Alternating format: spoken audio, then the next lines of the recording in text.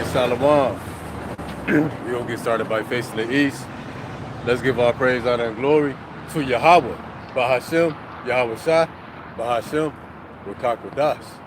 That would be giving our praises to the Most High, whose true name in Hebrew is Yahweh, in the name of his only begotten Son, whose true name in Hebrew is Yahweh Shah, and the Holy Spirit, which is Hebrew, the Rakak Wadash.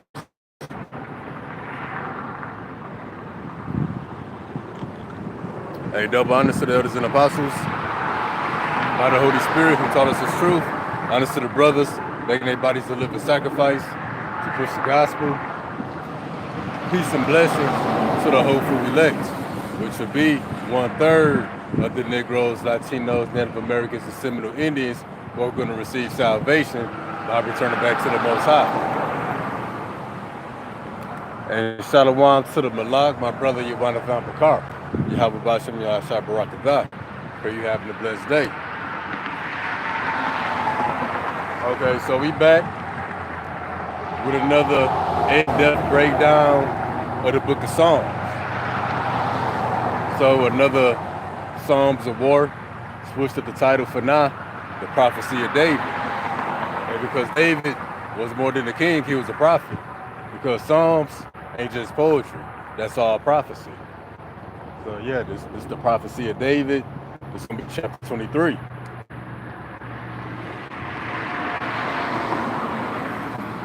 All right, so we'll get started with Psalm 23 and 1. Man, I don't know if y'all can let me know if y'all can hear me good enough. It's kind of loud where I'm at. Lord willing, y'all can hear me.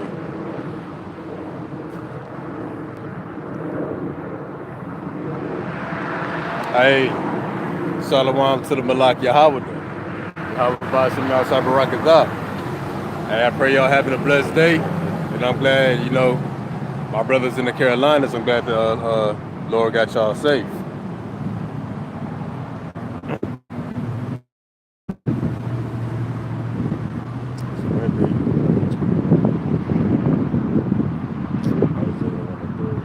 All right, so this is Psalm 23.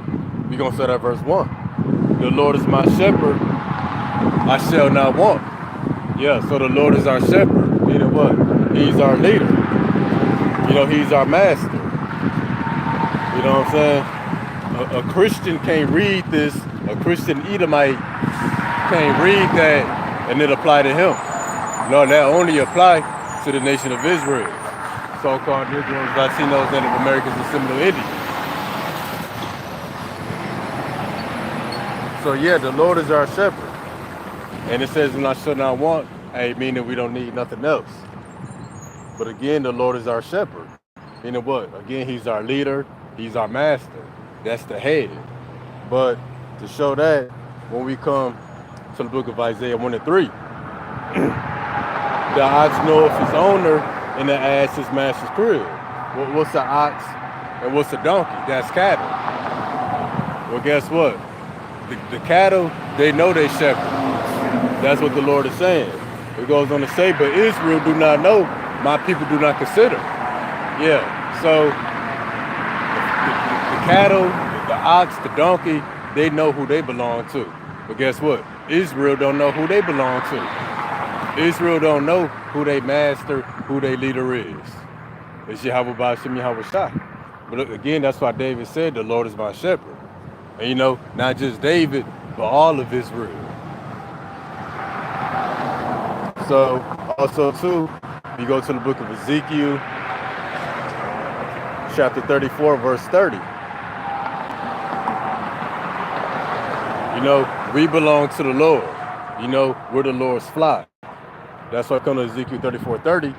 Thus shall they know that I, the Lord, their God, am with them, and that they, even the house of Israel, are my people, saith the Lord. See, we his flock. And ye, my flock, meaning you Israelites, my flock, the flock of my pasture, are men. And now I'm your God, saith the Lord of Israel.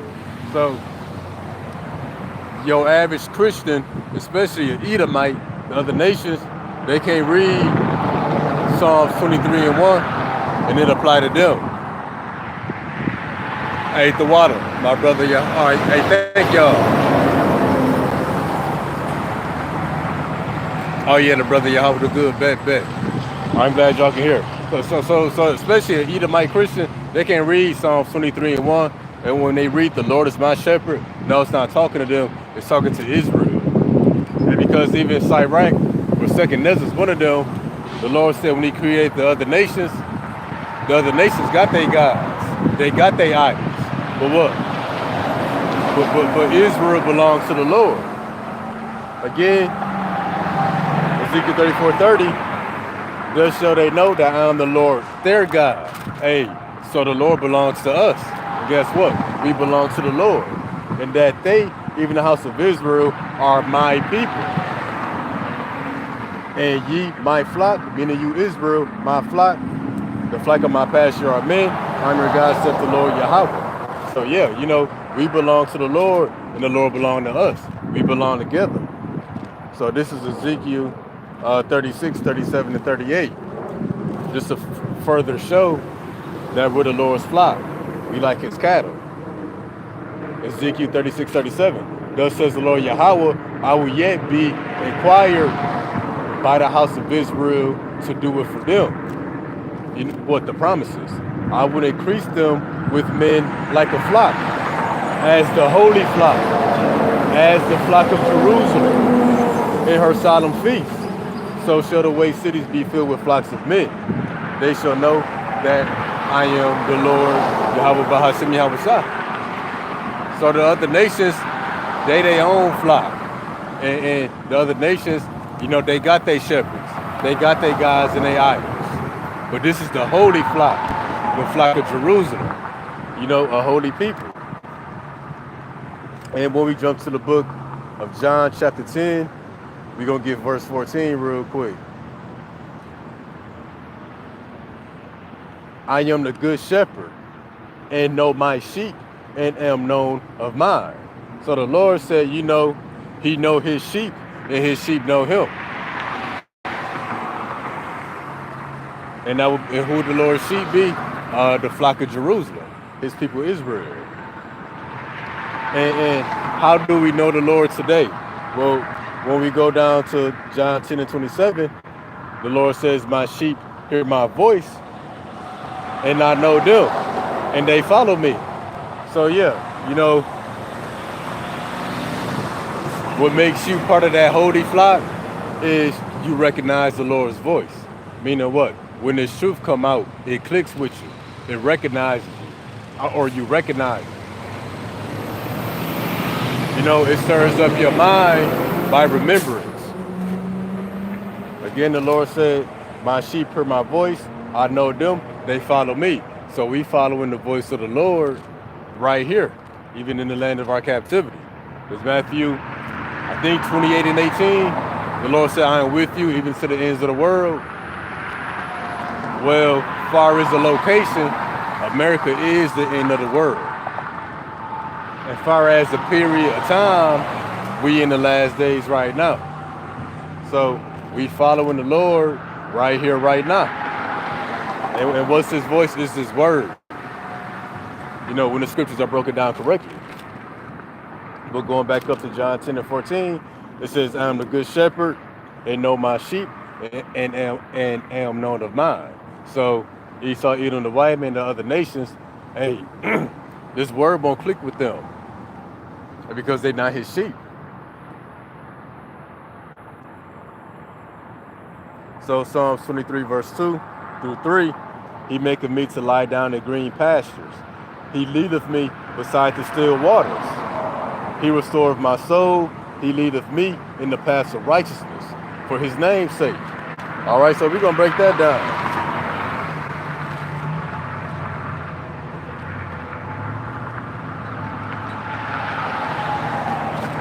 Man, it's winning, bro.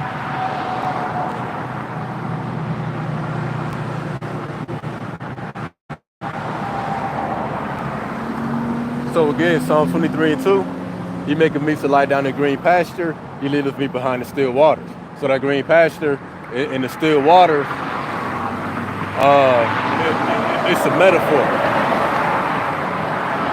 It's really a metaphor for this word, just understand it. So when we look up this word pasture in the Blue Letter Bible, when we go to the Hebrew, it says figuratively a pasture, a habitation, a house.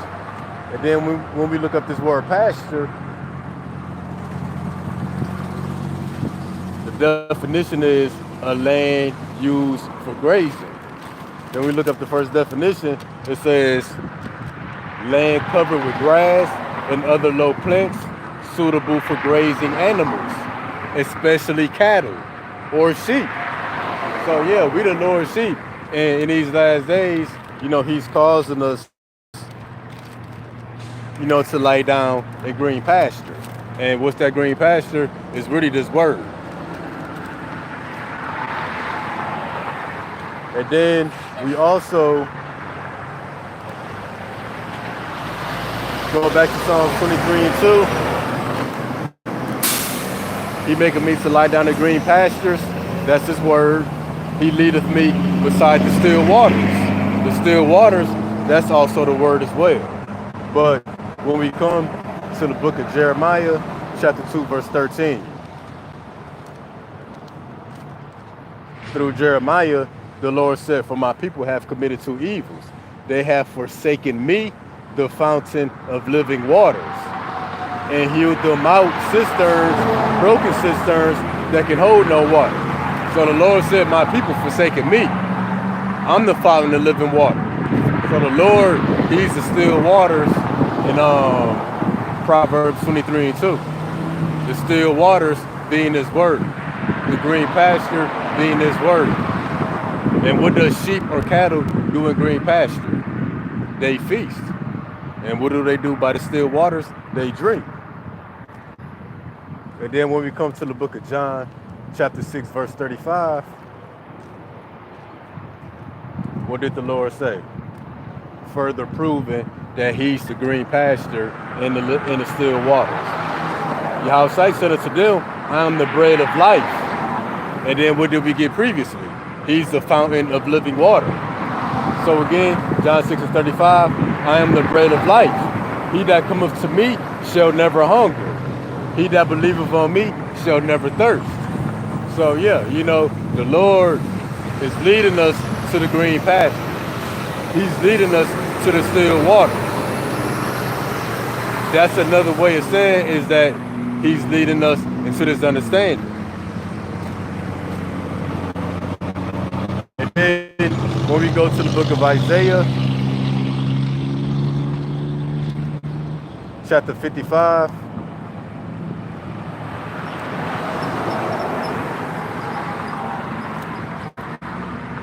we're going to get verses 1 through 3. Everyone that thirsteth, come ye to the waters. Not literal water, but the living water, being his word. And also, it's not in there, but those who that hunger, they come to the bread. That's his understanding. Everyone that thirsteth, come ye to the waters, and he that hath no money, come ye buy and eat. So yeah, at this word, we buying and eating. Or excuse me, we drinking and eating. Come ye, buy and eat. Come buy wine and milk without money, without price. Wherefore do you spend money for that which is not bread? So yeah, why do you spend money for things that are not bread? Why do you spend money on things that are not water? In other words, things that don't satisfy you. And your labor for that which satisfieth not. Hearken diligently unto me, and eat ye that which is good, and let your soul delight itself. And then when we look in the NLT, it reads, why do you spend your money on food that does not give you strength? Why pay for food that does you no good? Listen to me, and you will eat what is good. So verse 3, incline your ear, come unto me, and hear. Your soul shall live, and I will make an everlasting covenant with you, even the sure mercies of David. So, Isaiah 55 and 1, the Lord said, you that thirsteth. And again, he's speaking to Israel. You that thirst, you that hunger. The Lord saying, come to him, eat up. drink up. Stop giving yourself over to the ways of the world that don't satisfy you, that do you no good. He said, come to him. He said, come to him and eat what's good. Right after he said eat what's good, he says, incline your ear. So this is not literal eating and drinking. When the Lord talk about, come to the waters, you that thirst, he's the bread of life. He's talking about what you feed your brain, what you feed your spirit. So back to Psalms 23 and 2, he maketh me to lie down in green pastures. That's in the spirit. He leadeth me beside the still waters, which is his word. And then what further proves it is when you go to the book of Psalms, chapter 40, verse 7. The Lord said what? He said, I come in the volume of the book. It is written of me. And then what did the Lord tell Ezekiel in chapter 2 and chapter 3? The Lord said, eat what I'm about to give you. Ezekiel said the Lord stuck out his hand and there was a roll of a book. And then the Lord said, eat the roll. So yeah, the book, the roll, Yahweh Shai, the bread of life, the living water is the word.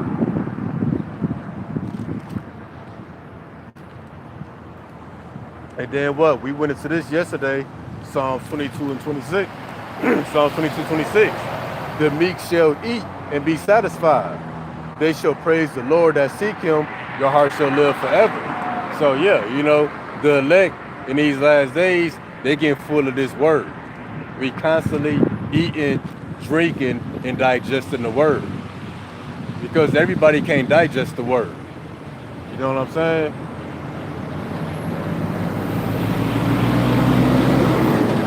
Digesting the word, meaning what? You retain this wisdom, knowledge, and understanding. You don't vomit it up. Okay, so back to Psalms 23, we're going to get 2. Then in the verse 3 again, he maketh me to lie down in green pastures. He leadeth me beside the still waters. That's a metaphor for this word. He restoreth my soul. And then what did we get in Psalms 22, 26? The meek, which is the humble, the lowly, the afflicted, the poor, which all of that lines up with Israel. The meek shall eat and be satisfied. That's why Psalms 23 and 3 says, he restoreth my strength. He leadeth me in the paths of righteousness for his name's sake. So yeah, the Lord's sheep, we was, spiritually, mentally, we beat down in this place. We wore out. But what? In the last days, the Lord is restoring our strength. He's restoring our soul by us feasting on his word. Because what happens when you don't eat, you don't drink, you get faint. But guess what? This word has rejuvenated us. But also too, we're going to get the book Isaiah chapter 40 verse 31.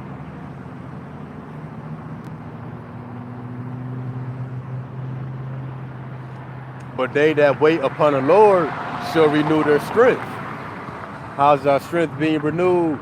By lying in green pastures, being led to the still water, eating and drinking freely of the word. But they that wait upon But he that waiteth upon the Lord shall renew their strength.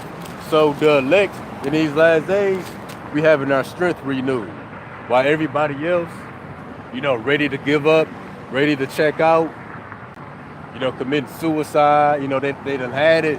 Well, we the only ones in the last days who's walking with our head up. So let me read it all the way through.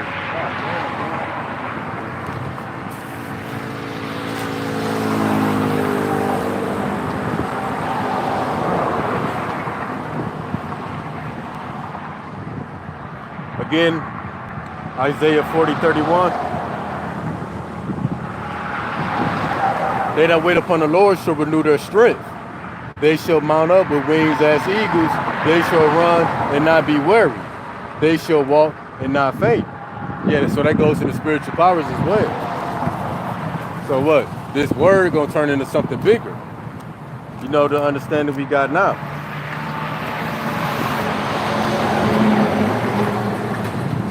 And then when we hit Isaiah 33:6, it says, wisdom and knowledge shall be the stability of thy times. The time of what? The time of Jacob's trouble. And the strength of salvation. The fear of the Lord is his treasure.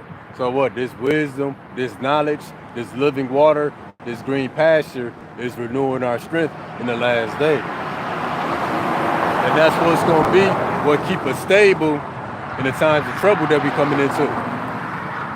But back to Isaiah chapter 40, verse 31.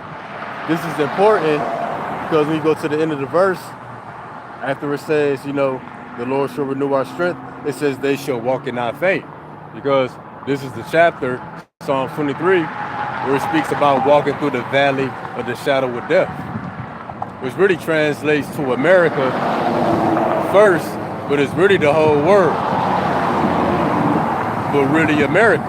You know, we're going to walk through the valley of the shadow of death, and we're not going to faint. The elect is going to make it to the other side.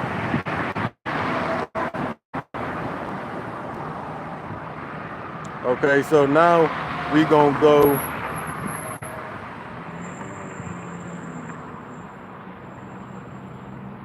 to the book of Psalms 119 and 105.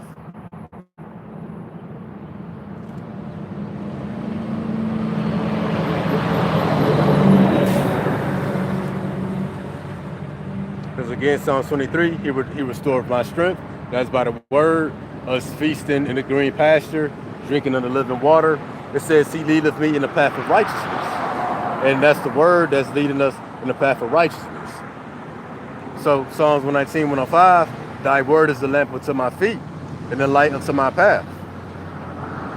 So what? You know, the word is guiding us, leading us here in the last days.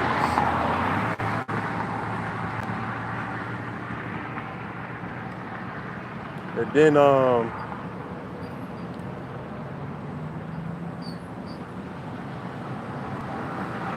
when we go to the book of Micah, chapter 7, verse 2, verse 20, it reads, thou wilt perform the truth to Jacob and the mercy to Abraham, meaning what? The people of Israel, which thou hast sworn unto our fathers from the days of old. So back to Psalms 23:3, he restored my soul, he leadeth me in the right paths of righteousness for his name's sake. So, you know, first and foremost, the Lord is doing this for us in the last days.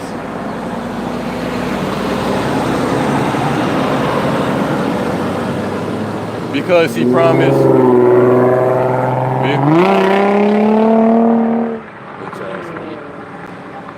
So yeah, the Lord, you know, had mercy on us in these last days, giving us this truth, this wisdom, knowledge, and understanding, performing the mercy promised to our forefathers. Well, that mercy falls on us because what? Israel is the lot of his inheritance. So in the last days, Israel, beginning with the elect, we inheriting that mercy that's being passed down, you know, from Abraham, Isaac, and Jacob. And what? The Lord is having mercy on us again, Psalms 23:3, for his name's sake, and because his name is on the line. And that's why the Lord said what? He magnified his word above his name. So meaning what? If he don't keep his word as promised, as written, then he's not the Most High. And he is the Most High.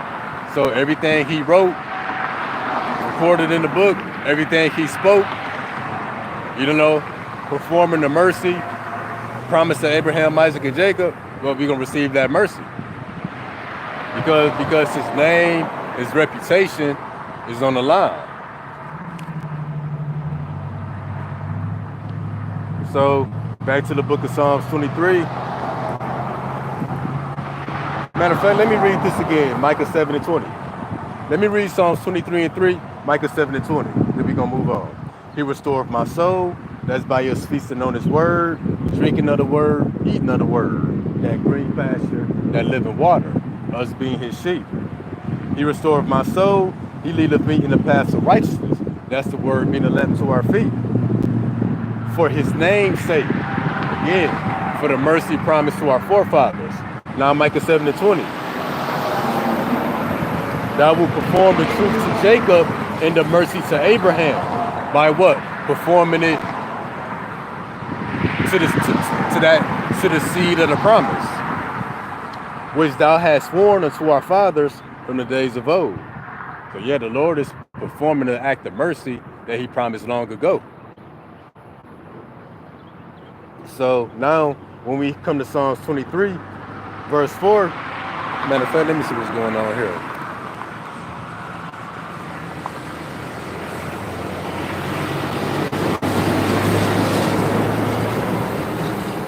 Psalms 23 and 4, yeah, though I walk through the valley of the shadow of death, I will fear no evil, for thou art with me.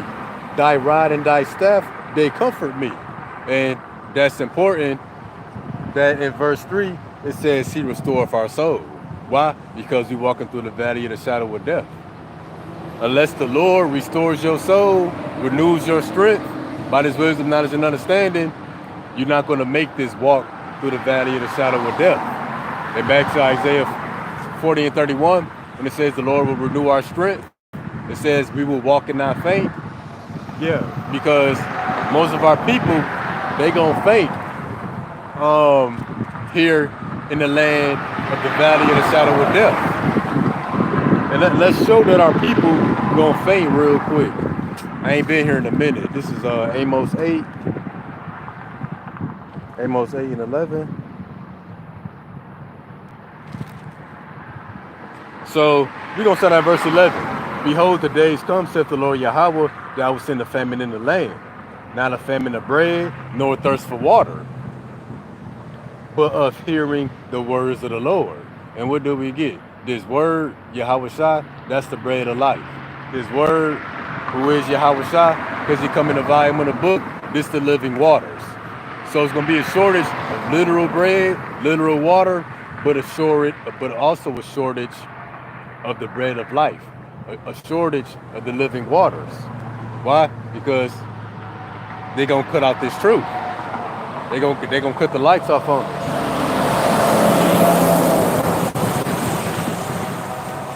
But not a thirst of bread, not a famine of bread, nor a thirst of water, but of hearing the words of the Lord. They shall wander from sea to sea, from the north even to the east. They shall run to and fro to seek the word of the Lord, and shall not find it. In that day, the day of the famine of the word, the fair virgins and young men faint for thirst. So, do the blackout, when they wipe out the internet, censor the internet, when you can't find this truth no more, our people gonna faint here. They gonna give up. They gonna check out. They gonna crash out because they thirst. They gonna have a desire for this wisdom, knowledge, and understanding, and they not gonna find it. Okay, so back to Psalms 23 and 4. Yeah, though I walk through the valley of the shadow of death, I will fear no evil, for thou art with me. Thy rod and thy staff comfort me. So, the valley of the shadow of death. Let's look up this word valley in the Blue Letter Bible. We're going to look at it in Hebrew.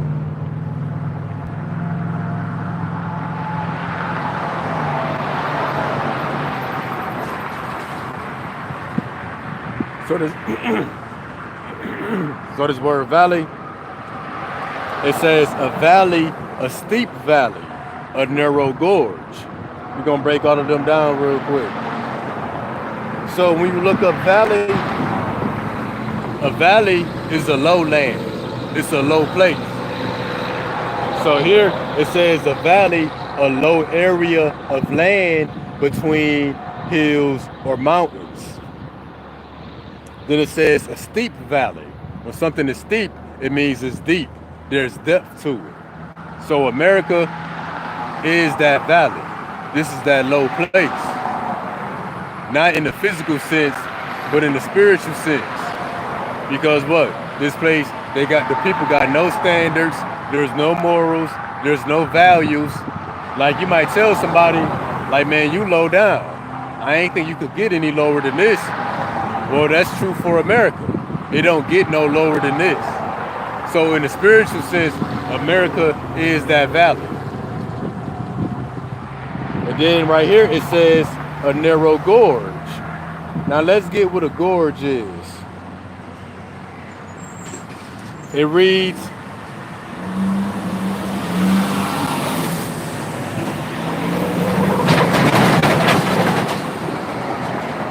a gorge, it reads a deep valley between two cliffs. And it got the Grand Canyon right there. So for a visual, you know, the Grand Canyon is a low place. And that's the case spiritually with America. Again, no standards, no morals, no values. You know, that's America. It's a spiritually low place. And then we're going to show why this is likened to a valley, a low place in the spirit. We're going to go to the book of Isaiah, chapter 5 and 20. We're going to show why this is a low place in the spirit. Woe unto them that call evil good and good evil. So people will look at you weird if you tell them you don't eat bacon. If you speak out against LGBTQT, they say you gay shaming. Somebody can sue you if you address him as a mister when he wishes to identify as a woman. They can take your children from you if you deny them want to have a sex change at a young age. So again, woe to them that call evil good and good evil. This America, it's a low place in the spirit. It's a spiritual valley that put darkness for light and light for darkness.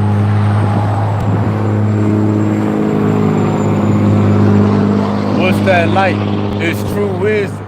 It's true knowledge. It's true understanding. But what? This place put light for darkness and darkness for light. And what's one of the best examples? They told you Yahweh Shah, who the world called Jesus, was a so-called white man. That's darkness. Because darkness represents lies, deceit, misinformation. You know, they covered up history. They covered the faces of the judges.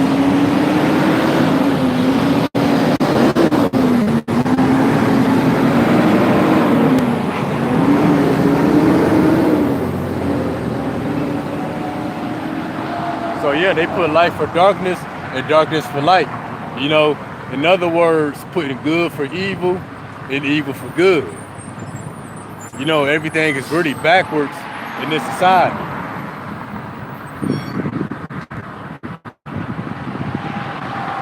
That put bitter for sweet and sweet for bitter. So yeah, it's pretty much saying the same thing in a different way. But that's why America is that valley. It's a low place in the spirit.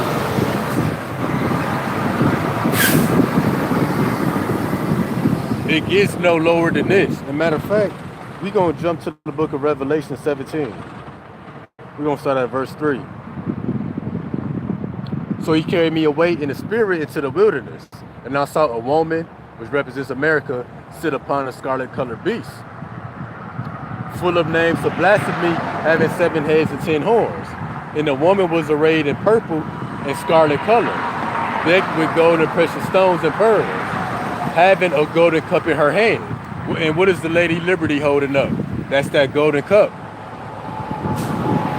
I think America might argue and say that that cup she holding up is a torch, it's a light.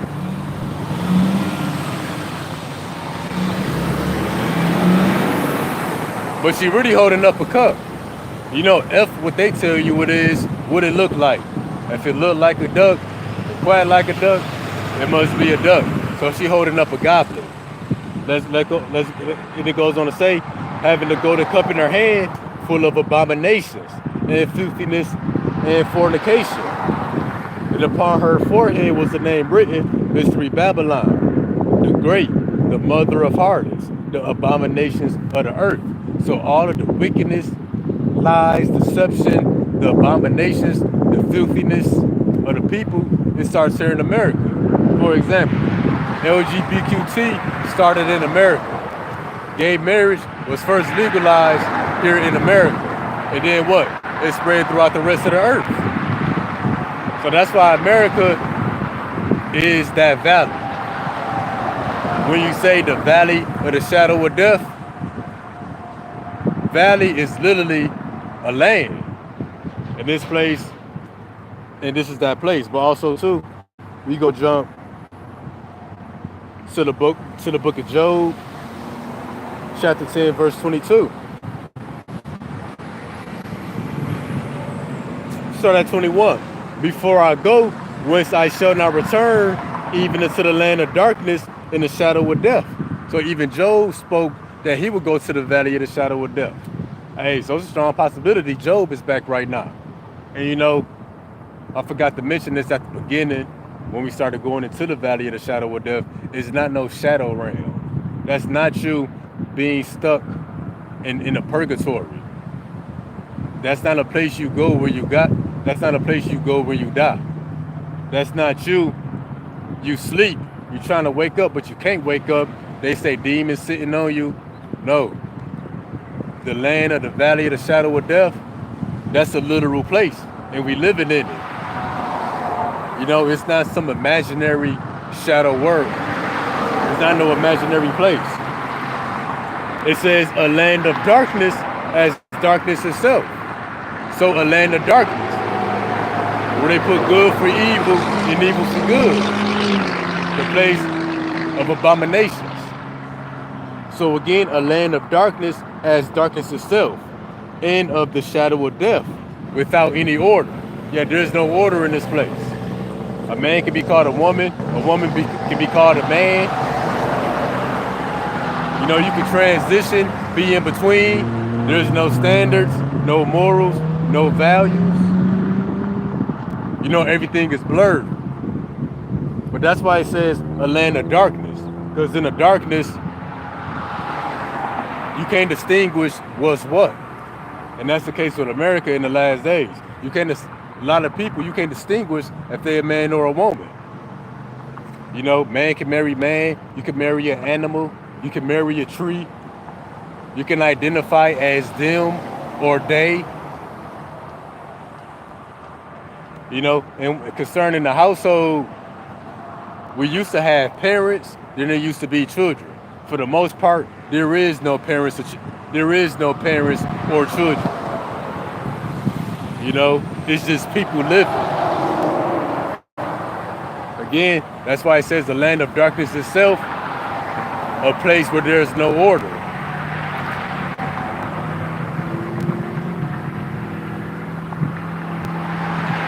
So back to Psalms 23 and 4. Yeah, though I walk through the valley of the shadow of death, we walking through the valley of the shadow of death now. So we established why America is that valley of the shadow of death. America is likened unto a valley, which is a low land. This is a low place. It can't get no more low down than it is now. So we gonna show why it says the valley of the shadow of death. Again, valley, this is the low place in the spirit. No faith, you know, no morals. Well, let's jump to the book of Psalms real quick, 91. The valley of the shadow of death. So it reads, he that dwelleth in the secret place of the Most High shall abide under the shadow of the Almighty. So there's many forms of shadows. There's the shadow of the Almighty. And what? When you're under the shadow of the Most High,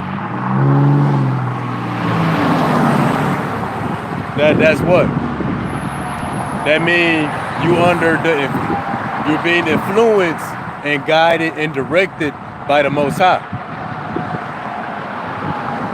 But when you under the shadow of death, again, you're being influenced and guided and taught the ways of death. So in other words, here in America, you know, before we came into this information, we was under the shadow of death. We was under the influence of the so-called white man. So when we come to the book of Habakkuk 2 and 5, it reads, yeah, also because he transgresseth by wine. This is not literal wine. It said he transgresses by wine. And what do we get in Revelation 17, 3 and 4? The great whore had a golden cup in her hand, and the cup was the abominations and the filthiness of the world. You know, that's the same wine spoken about here. Yeah, also because he transgressed by wine, he is a proud man. That's why they got the song, I'm proud to be an American. That's why they got the slogan, the few, the proud, the Marines. He is a proud man, he's the keeper at home. 800 military bases, 800 American military bases, 80 different countries. You got more American soldiers outside of America than inside of America.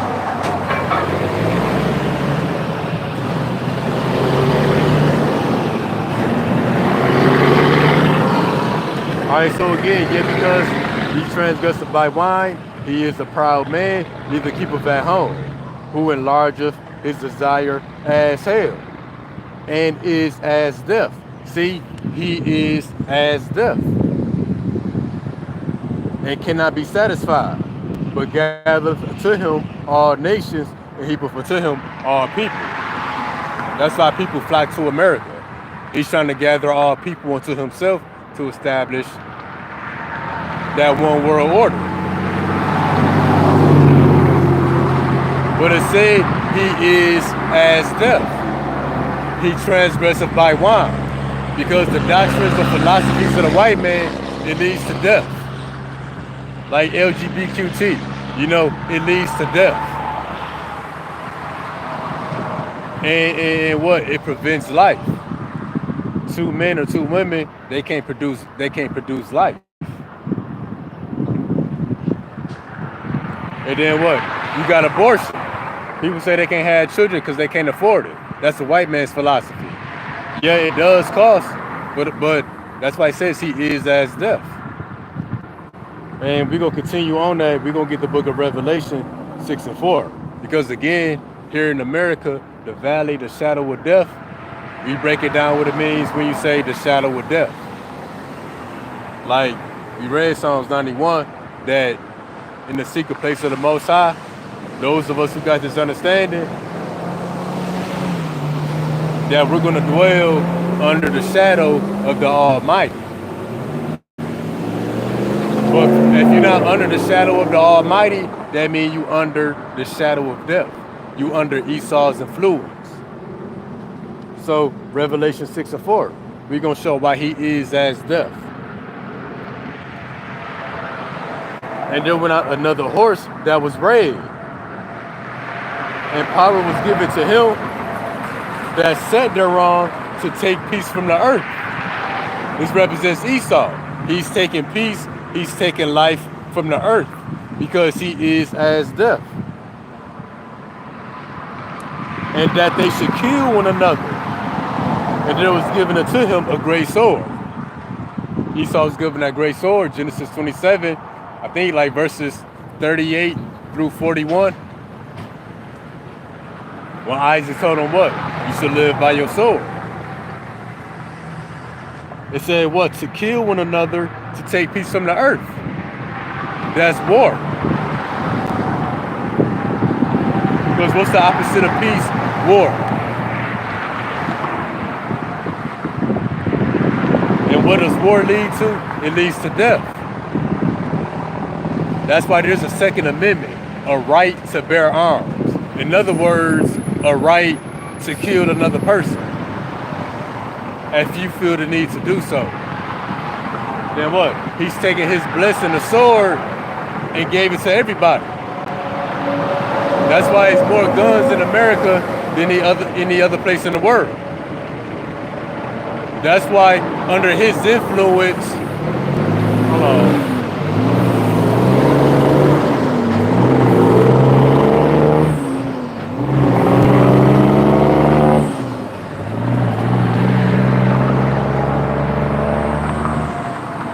That's why under the white man's influence, under the shadow of death, shadow represent that influence, nations got nuclear missiles, jet fighters, tanks. In most countries, what's the biggest portion of their budget? It goes to the military. They spend billions and billions of dollars, to really kill people. That's what it's about. That's why he is as death.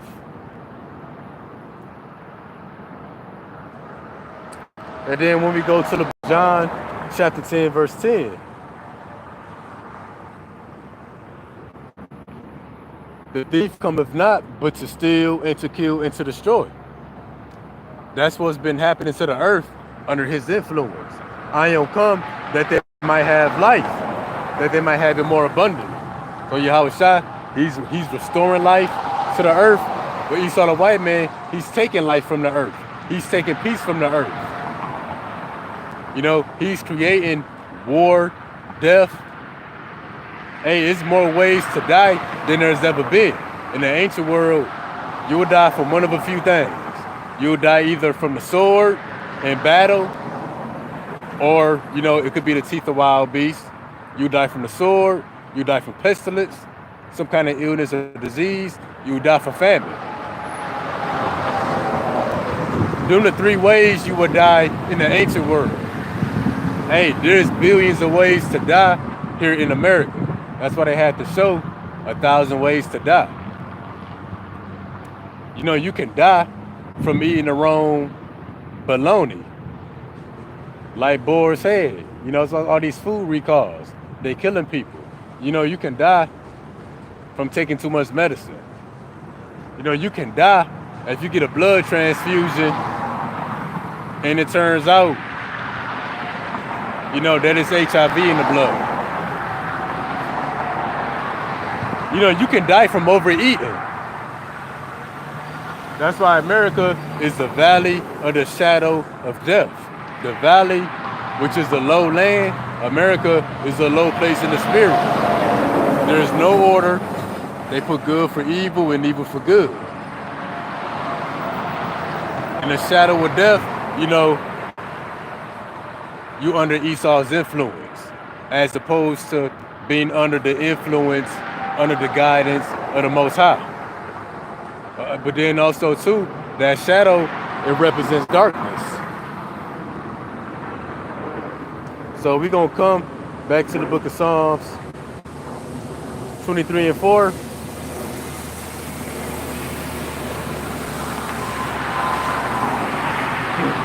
When we look up this word shadow, it says figuratively distress or extreme danger. Hey, America is an extremely dangerous place to live in, especially in the last days. It says distress. And what does prophecy say? That the nations will be distressed. Everybody be stressed the hell out. It says figuratively the grave, the shadow of death. So we're going to show how this place America is a spiritual grave. We're going to show that this place is a spiritual grave. So we're going to go to the book of Proverbs 21 to 16.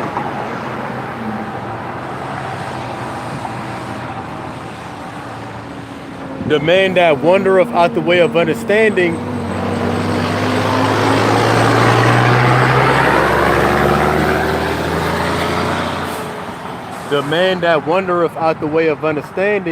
shall remain in the congregation of the dead. And then we got Isaiah 5:20. They put light for darkness and darkness for light. The light represents the truth. The darkness represents deception, misinformation. All of the lies that they speak, all of the lies that they taught us. And what? Our people, before coming into the truth, using the congregation of the dead. That's why figuratively, America is like a grave. This is the place of the walking dead. But, when we come into this truth, we no longer in the congregation of the dead. Because everybody else outside of this truth, if it's real, they're going to be destroyed here. But, when you say valley of the shadow of death, it really translates to America. What? Job said he would be here in the last days. So Job, was prophesying. David, he said, yeah, though I walk through the valley of the shadow of death, I will fear no evil. David is here in the last days, walking through the valley of the shadow of death, as well as all the other prophets. That's why Ezra said, woe is me, who shall deliver me in them days? But America, that's the valley of the shadow of death, but Esau's influence covers the whole earth. So really, the whole world is under the shadow of death. They under Esau's influence.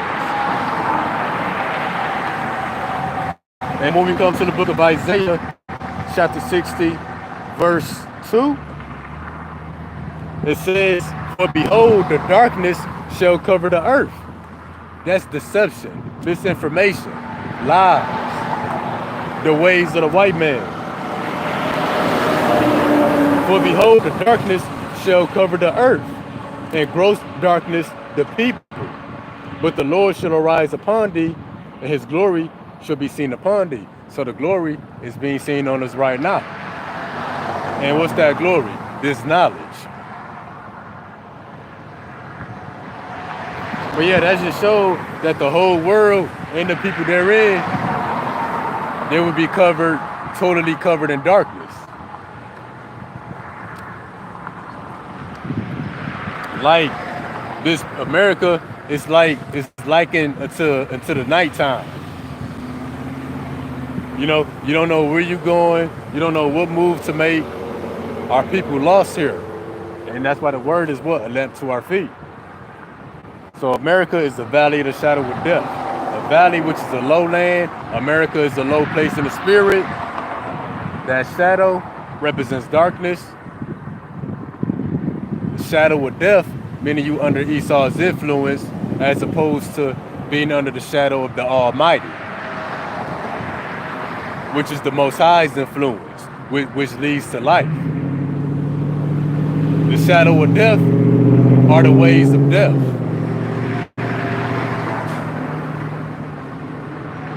So back to Psalms 23 and 4. Yeah, though I walk through the valley of the shadow of death, I will fear no evil.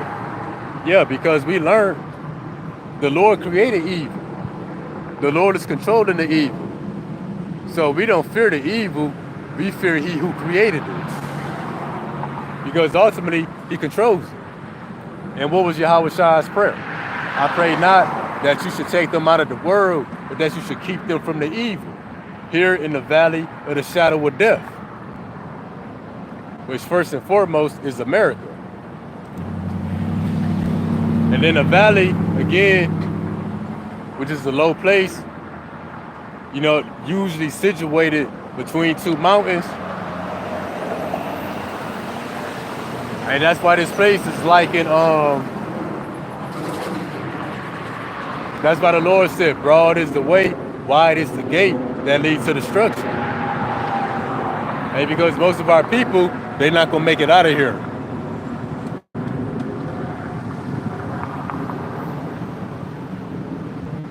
Okay, though I walk through the valley of the shadow of death, I will fear no evil, for thou art with me.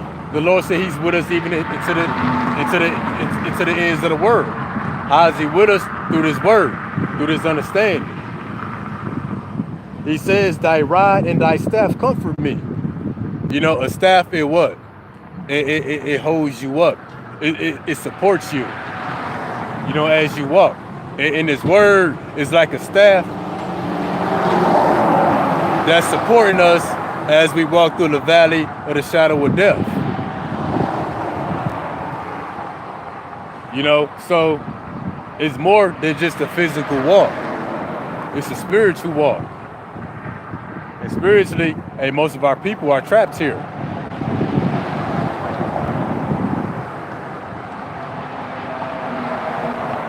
But again, it says, thy word and thy staff, they comfort me. So we're going to show that this rod and staff is really the word that's comforting us here in the valley of the shadow of death. So we're going to go to the book of 1 Thessalonians, chapter 4, verse 18. Hey, wherefore, comfort one another with these words. So this word, that's what comfort us.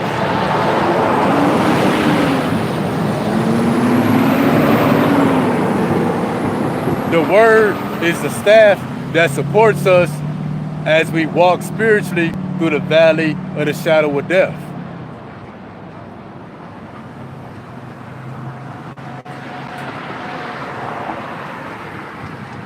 And then that's why what? Psalms 23:3, it says, he restoreth my soul, he leadeth me in the paths of righteousness for his name's sake. So although we here in the land of the valley of the shadow of death, with all the other wicked people and their abominations, well, here in the valley of the shadow of death, the Lord is what? He's leading us in the path of righteousness. So people don't know it, that we on the way to make, we done made it out of this place already. You know, Lord willing, we endure, you know, to physically be out of this place.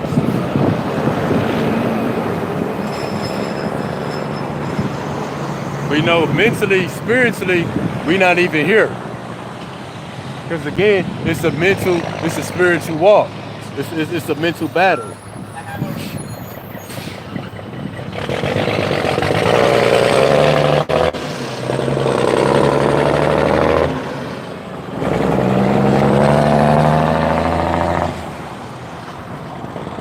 So we're going to show that, you know, here in the valley of the shadow of death, in the land of our captivity, what?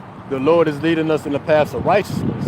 You know, the rod and his staff is comforting us. It's supporting us as we travel through this place in the spirit. So this is Proverbs. We're going to start from the top. Proverbs 2:1. My son, if thou wilt receive my words and hide my commandments with thee, meaning what? Keep the commandments. You know, really keep this word. So that thou incline thy ear unto wisdom and apply thine under. Let me read this over. Proverbs 2:1. My son, if thou wilt receive my words and hide my commandments with thee, so that thou incline thy ear unto wisdom and apply thine heart to understanding. Yet if thou criest after knowledge and liftest up thy voice for understanding, if thou seekest her as silver and searchest for her as hidden treasures. So we should be seeking out wisdom like we seeking out a hidden treasure. Like you chasing money. You should be chasing his wisdom. And the elect is doing that in the last days. Then thou shalt understand the fear of the Lord and find the knowledge of the Most High. For the Lord giveth wisdom, out of his mouth cometh knowledge and understanding. And we will be the Lord's mouthpiece. You know, when the scriptures are broken down correctly. So the Lord is speaking to us, hey, even today. He layeth up sound wisdom for the righteous. He is a buckler to them that walk upright. He keepeth the paths of judgment and preserveth the way of his saints. So the Lord is going to preserve his elect through this valley of the shadow of death. When this place takes out 2/3 of our people, well, guess what? This wisdom, knowledge, and understanding, the ways of the Lord is going to preserve us. Then shalt thou understand righteousness and judgment and equity. every good path. Then wisdom entereth into thy heart, and knowledge is pleasant unto thy soul. Discretion shall preserve thee. Understanding shall keep thee, to deliver thee from the way of the evil man, from the man that speaketh forward things. So yeah, here in the valley of the shadow of death, the Lord gave us this wisdom, knowledge, and understanding to preserve us, not to debate. Yeah, not to debate, not to be puffed up with pride, but to preserve us from the evil man. Who is that evil man? The man that is as death. Esau, Edom, the so-called white man.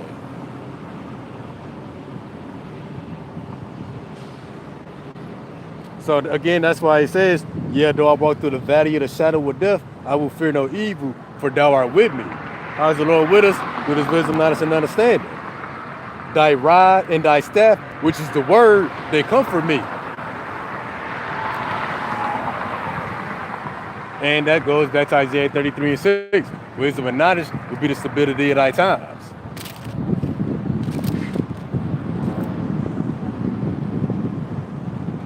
So, Psalms 23:5. Thou preparedst a table before me in the presence of my enemies. Thou anointest my head with oil. My cup runneth over.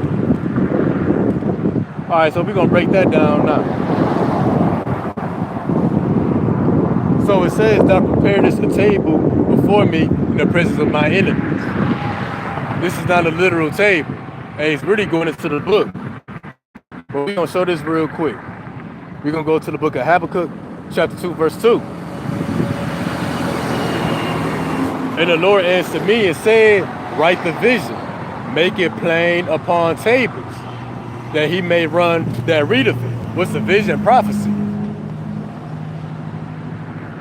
So, the table that the Lord prepared for his people in the last days, in the presence of our enemies, the other nations, and the 2/3 of our people, is really the book.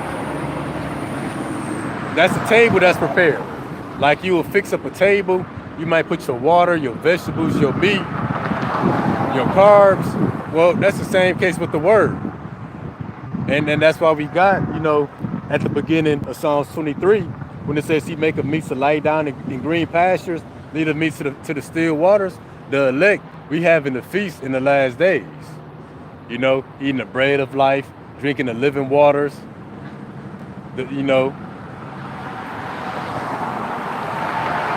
again, Psalms 23:5, thou preparedst a table before me in the presence of our enemies. And that table, it going into the word. It took generations and generations, multiple captivities for this table, for the word to be prepared for us here in the last days.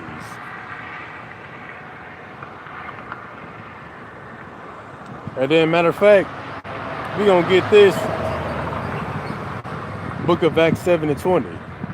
Because again, at this table, it's a spiritual feast. Going into these breakdowns, getting the wisdom, knowledge, and understanding.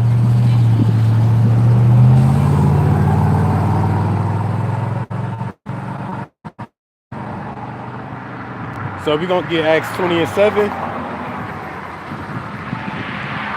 It reads, upon the first day of the week. Upon the first day of the week, when the disciples came together to break bread, Paul preached unto them, ready to depart on the morrow, continuing his speech until midnight. So when it says on the first day of the week, the disciples came together to break bread, that had nothing to do with eating. Yeah, they might have been eating, but when it says they came together to break bread, it says Paul preached unto them. So the bread that they was breaking was going into the scriptures.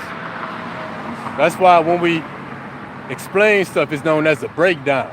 We taking this bread, breaking it down to small pieces, making it simple.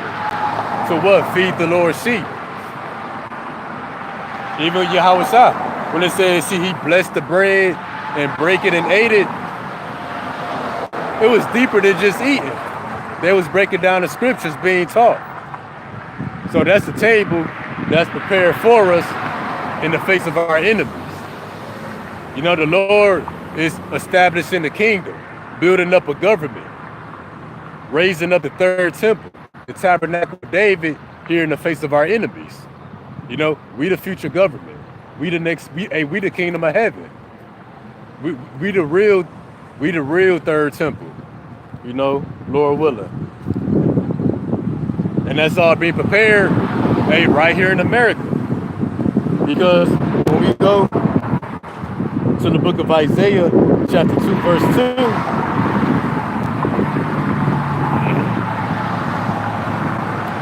it says it shall come to pass in the last days, meaning right now, that the mountain of the Lord's house shall be established in the tops of the mountains. What's the tops of the mountains? Well, meaning these other countries. The Lord is establishing his house. He's establishing his people. He's establishing and raising up a future government right here in America, over there in Europe.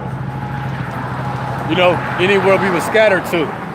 Let's read it again. It shall come to pass in the last days that the mountain of the Lord's house, a mountain goes into a kingdom, a government. So the mountain of the Lord's house, in other words, the kingdom of Israel, shall be established in the top of the mountains and shall be exalted above the hills. All nations shall flow into it. So that's why Psalms 23:5 says, thou art prepared a table before me in the presence of my enemies. At that table, a rulership is being established. A government is being established. And what's at the table? This book, Going into this wisdom, knowledge, and understanding, is going to raise up the government for the kingdom of heaven. It is being established right now. The Lord not doing this somewhere in a secret place. He not doing this somewhere in the woods. You know, the brothers be teaching that. The Lord is not establishing a future government in somebody's basement or in the attic. He's doing it right here in the face of the people. The whole world looking for a physical third temple. Well, they see the third temple being built up everywhere they see us at.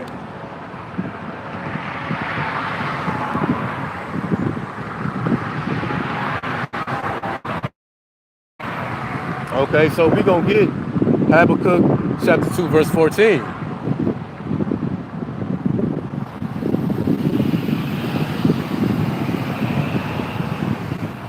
For the earth shall be filled with the knowledge of the glory. Oh, actually, hold on, I'm supposed to let me backtrack real quick. Again, Psalms 23:5. Thou preparest a table before me in the presence of my enemies. Thou anointed my head with oil. What's that oil? This word. I listen to the brother True Jew. The word is likened unto preservatives. Oil, it's a preservative. Salt is a preservative. You know, wine is a preservative. Water is a preservative. So when you see salt, you know, wine, water, oil, it's a metaphor for the word, which preserves us. Because remember, when we go back to Proverbs 2:1, just let me read it one more time. Proverbs chapter 2.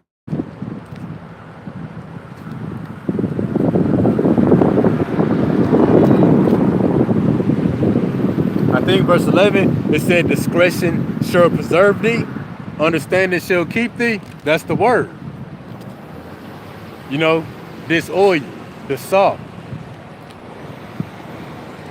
you know, this water, this wine. Proverbs 23:5, thou preparest a table before me in the presence of my enemies. Thou anointed my head with oil. My cup runneth over. So, when Christians read that, they got it all screwed up.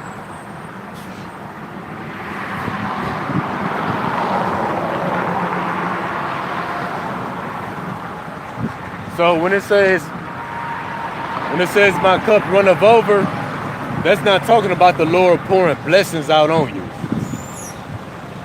You know, the Lord opening the windows of heaven and pouring out blessings. That ain't what that's talking about.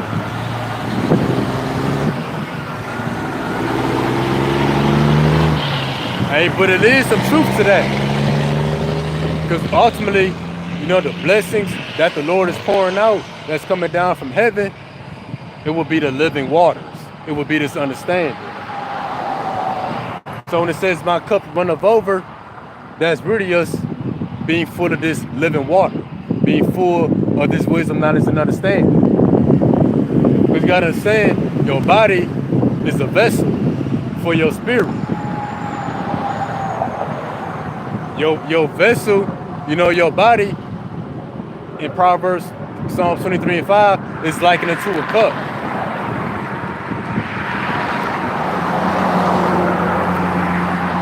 That's why Psalms 23 and 5, when it says, my cup runneth over, well, our cup is filled with what? Our mind is filled with what? This wisdom, knowledge, and understanding. You know, the living waters. So this is Habakkuk 2 and 14. For the earth shall be filled with the knowledge of the glory of the Lord, as the waters cover the sea. So 4 things, 2 and 2. You got the earth and you got the knowledge. You got the waters and you got the sea. And the earth will be filled with this knowledge.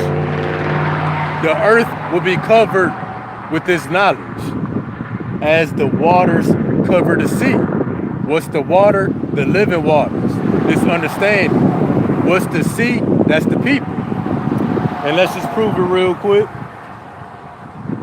Let's prove that this sea, Habakkuk 2 and 14, is talking about people, you know, the nations. Revelation 17:15. He said unto me, the waters, which is the sea, which thou sawest, where the horse sitteth, are peoples, multitudes, nations, and tongues. So back to Habakkuk 2 and 14. The earth shall be filled with the knowledge of the Lord, as the waters cover the sea. So the sea is the people, and the waters that's going to cover the people, the waters that's going to cover the sea, is this wisdom, knowledge, and understanding.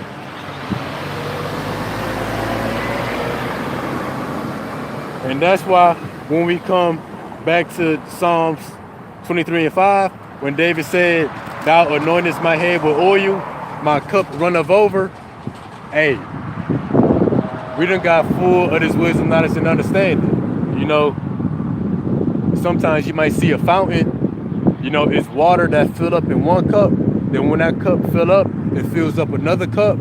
That's like the believers. Once we get full of this wisdom, knowledge, and understanding, you know, we pour our water into another cup. You know, we teach somebody else. You know, the Lord, you know, he filled our cup. He filled our spirit up with this understanding. And we got so much understanding, you know, our cup runneth over. The water that the Lord has poured on us is going to fill the earth.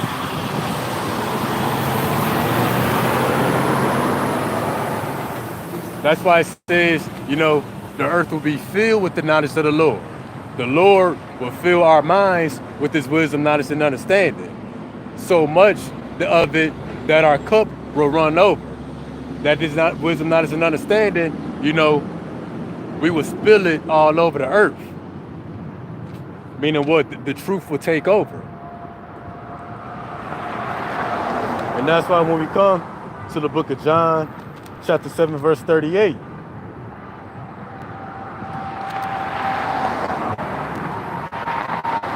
it says, he that believeth on me, as the scriptures have said, out of his belly, meaning from his mind. The belly is a metaphor for your mind. What do you feed your belly? You feed it food. And what do you feed your mind or your brain? Information. That's what? That's the bread of life. That's the living waters. That's his word. He that believeth on me, as the scriptures have said, out of his belly, meaning out of his mind, shall flow rivers of living water. And what did David say? Thou anointest my head with oil, my cup runneth over. That really goes into prophesying. Because again, out of his belly, out of his mind, meaning from his cup, shall flow rivers of living water. Meaning it's an overflow. It's an overflow of this truth going out in the earth.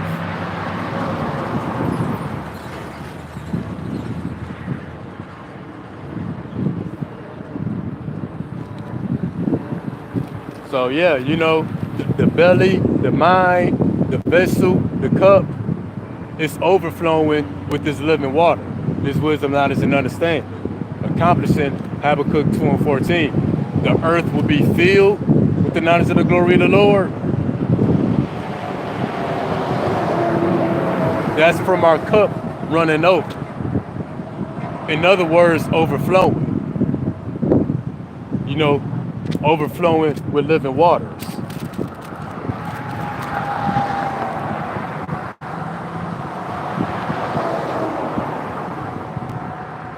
So now we at the last precept, Psalms 23:6. Surely goodness and mercy shall follow me all the days of my life, and I will dwell in the house of the Lord forever. So David said mercy will follow him all the days of his life, to dwell in the house of the Lord forever. You know, according to Christianity, David will be dead. So how is he going to dwell in the house of the Lord forever? Well, we're going to get into that. But they don't understand regeneration, what the world calls reincarnation. So David is back today to dwell in the house of the Lord. But also, too, it says, goodness and mercy shall follow me all the days of my life. We know David had mercy on him. David was shown mercy by the Most High.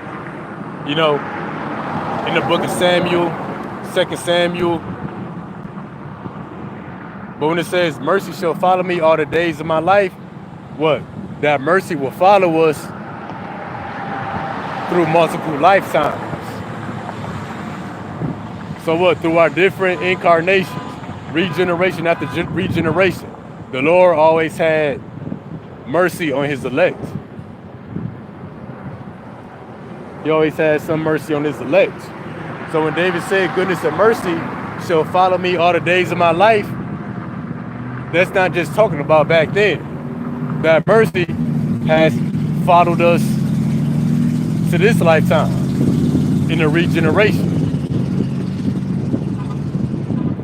So we've been met with mercy, once again. So when we come to the book of Psalms 85:10,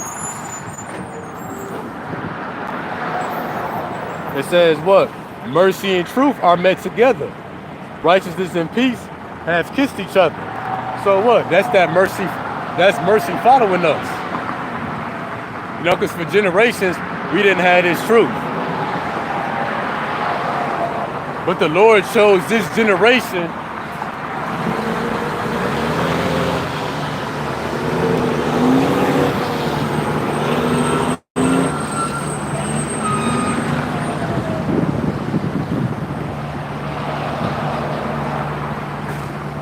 So the Lord chose this generation for the truth to go out. That's mercy being shown, because mercy and truth are met together. So when David said, goodness and mercy shall follow me all the days of my life, the Lord had mercy on David back then, and his other servant.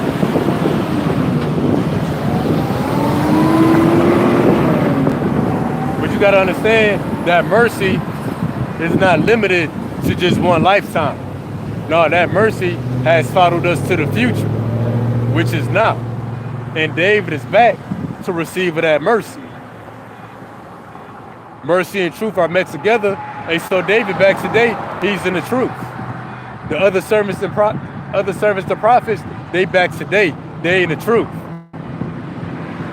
That's that mercy being shown in the future generation. So again, Psalms 23 and 6, surely goodness and mercy shall follow me all the days of my life. So that mercy has followed us here in America by us being given this truth. Because again, mercy and truth have met together. The Lord had mercy on us by giving us His truth so that we can come back into righteousness. Coming back into that righteousness, now we at peace with the Heavenly Father. Again, surely goodness and mercy shall follow me all the days of my life. And we had many lives. We had many lifetimes that we've been here. Hey, in this lifetime, hey, the Lord had mercy on us once again, performing the mercy promised to our forefathers.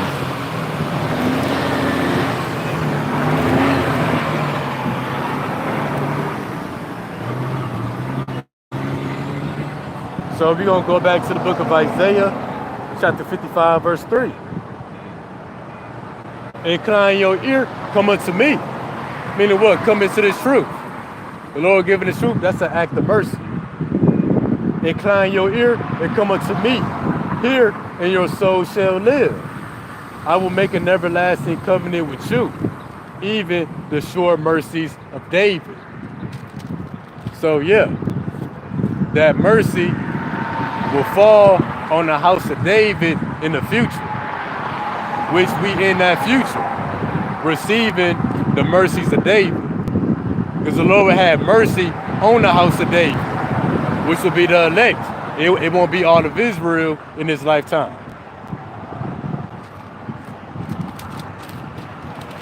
Let me read this again. I will make an everlasting covenant with you, even the sure mercies of David. That's why David is able to say, surely goodness and mercy shall follow me.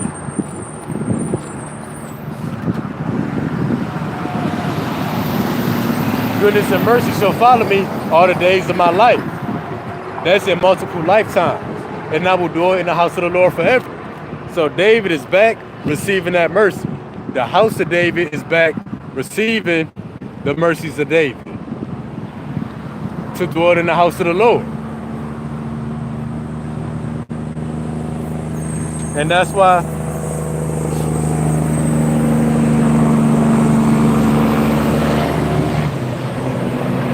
and to prove that David is back today and the other servants, the prophets, they back to receive that mercy one more time.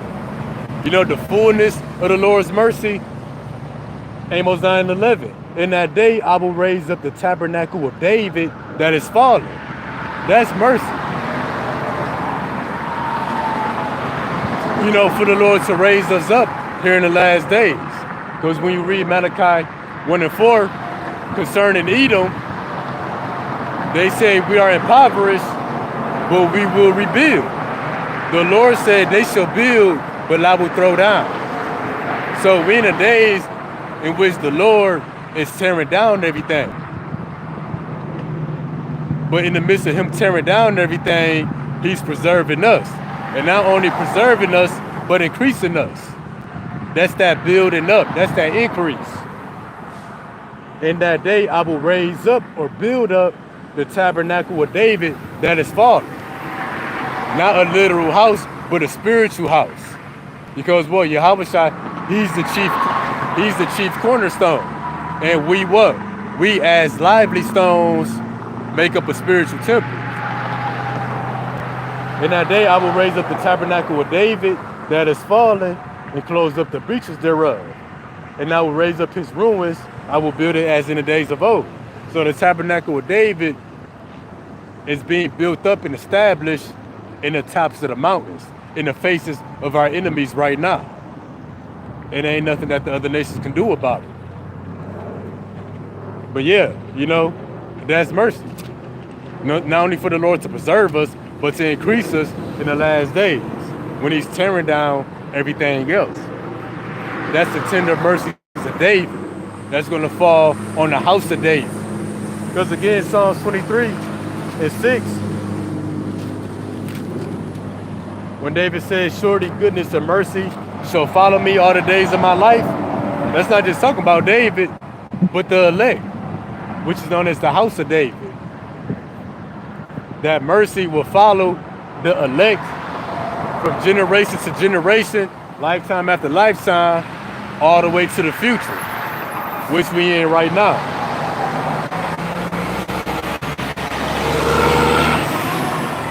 So surely goodness and mercy shall follow me all the days of my life. Or that's why Yahweh Shah told Peter, that's the spirit too. You know, because David is Peter in the regeneration.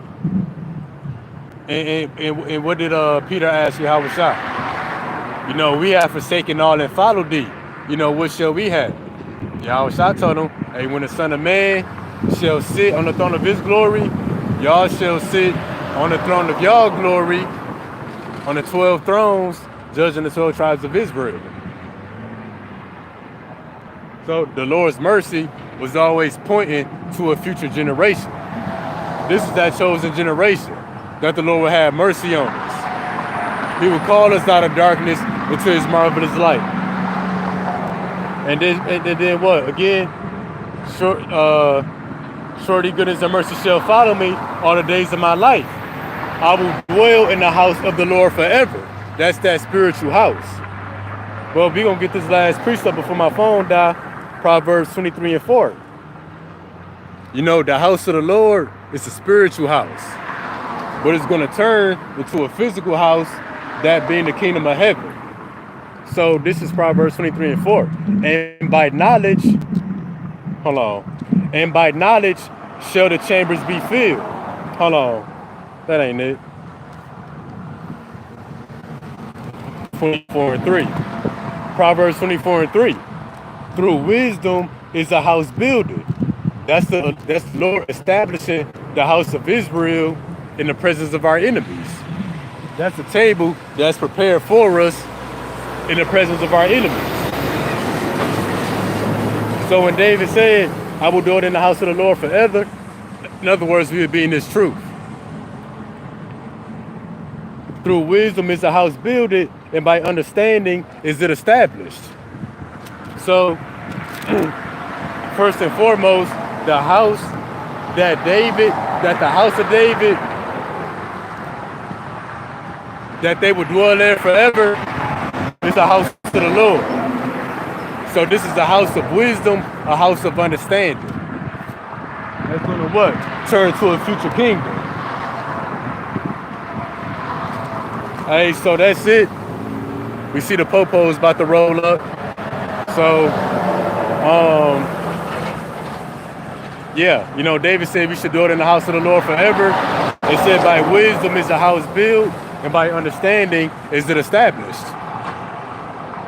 So the Lord's house is being established right here, right now, through the wisdom, knowledge, and understanding of the scriptures, which is going to, you know, translate into the kingdom of heaven. How are you, sir? All right, how you doing? I'm doing pretty good. Is everything okay? All good. Yeah, this is kind of going into some Bible prophecy. Gotcha. We had somebody that was calling in just to welfare check, wanting us to make sure everything's okay with you. Oh yeah, I'm all good. Yeah, I got get some work done to my car over here. Okay. So just killing time in the meantime. Sounds good. All right, man. I appreciate the I'll check get out of your hair. Yes, sir. You take care. All right, yes, sir. And the scriptures say, if thy desire be thrones and scepters, honor wisdom. Oh, the scriptures also say wisdom. Man, let me get it real quick for the phone die. The phone about to die. If your desire be thrones and scepters, in other words, if you desire a kingdom, it says honor wisdom. Then the Apocrypha, it also says that wisdom bringeth forth to a kingdom. So if you can be translated to be co-inheritors of the kingdom of heaven through this wisdom, knowledge, and understanding. So that's the book of Psalms, chapter 23, a prophecy of David. So pretty much David prophesied that in the last days, you know, we will walk through the valley of the shadow of death, and that the Lord will lead us in the ways of righteousness by leading us to green pasture, leading us to still waters, which is this understanding. And that will happen to us in the last days, which is now, that we may dwell in the house of the Lord forever. All right, so that's it for this lesson here. We're going to face the east and close out. And call Halal Yahweh Bahashim Yahweh Shai, Bahashim Rakwakadash. All right, till next time. Shalom.